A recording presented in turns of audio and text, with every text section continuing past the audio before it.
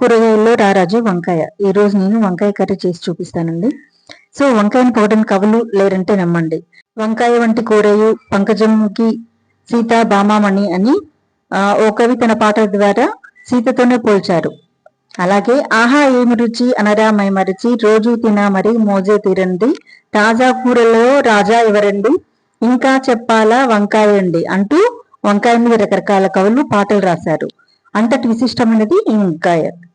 Brain health కి support చేస్తూ memory power ని ఇంప్రూవ్ చేయడమే కాకుండా కాగ్నిటివ్ ఫంక్షన్ కి యూజ్ అవుతుంది. ఆలోచన, గ్రహణ శక్తి మరియు ఏ అంశాన్నైనా నేర్చుకోవడానికి దోహదపడుతుంది ఈ వంకాయ. గుర్తుంచుకోవడం మరియు సమస్యలను పరిష్కరించడం వంటి మానసిక ప్రక్రియలకు సంబంధించినది. పైన చెప్పిన అంశాలన్నీ కూడా ఎరుక లేదా తలపు అని కూడా అంటారు. ఎరుక అంటే తరానికి తెలియకపోవచ్చు. ఏ విషయం గురించి అయినా చర్చించేటప్పుడు మీకు ఎరుకలే అంటారు కదా, ఆ పదం అన్నమాట. ఓవరాల్ గా చెప్పాలంటే మానసిక అభివృద్ధి మరియు నాలెడ్జ్ ని అందిస్తూ బ్రెయిన్ కి మంచి ట్రైనింగ్ ఇవ్వడానికి ఈ వంకాయ అనేది ఉపయోగపడుతుంది. మధుమేహానికి చెక్ పెట్టి హార్ట్ ప్రాబ్లమ్స్ ని తగ్గిస్తుంది. క్యాన్సర్ కణాలని అభివృద్ధి కాకుండా కాపాడుతుంది అని రీసెర్చ్ ద్వారా కనుక్కోవడం జరిగింది. బోన్ డెన్సిటీని పెంచడమే కాకుండా బోన్ మ్యారోలో మార్పులు అంటే మంచి మార్పులు వస్తాయని కూడా రుజువు చేయబడింది.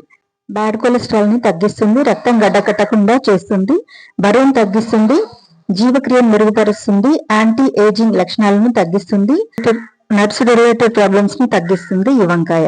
వంకాయ కర్రీ తింటే ఎలర్జీ వస్తుందని ఒక అపోహ కూడా ఉంది.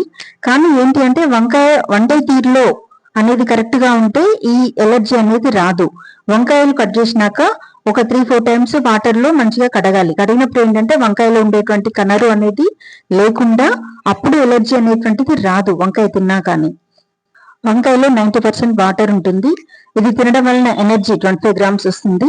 పిండి పదార్థాలు 3 గ్రామ్స్ ఉంటవి, మాంసకృతులు 1.5 గ్రామ్స్, పీచు పదార్థాలు 4 grams, vitamin K 15 micrograms, folic acid 33 micrograms. ఈ విధంగా ఇందులో పోషకాహాలన్నీ ఉంటాయండి.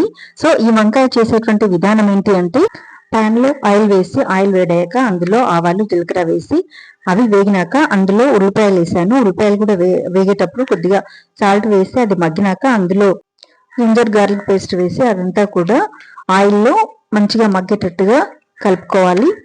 ఈ విధంగా మగ్గినాక అందులో ఇప్పుడు నేను కట్ చేసి పెట్టుకున్నటువంటి వంకాయలను వేసి కలుపుతున్నాను. ఇదంతా కూడా మంచిగా కలిసేటట్టుగా కలుపుకోవాలి. ఈ వంకాయ కర్రీ చేసేటప్పుడు ఏంటి అంటే వంకాయ లేతగా ఉంటాయి కాబట్టి వెంటనే గ్రీన్ చిల్లీ పేస్ట్ కూడా వేసుకొని కలుపుకోవాలి. ఈ విధంగా గ్రీన్ చిల్లీ పేస్ట్ వేయడం వలన వంకాయ అనేది కనరు పట్టదు. వంకాయ తిన్నా గానీ ఎలర్జీ అనేది రాదు.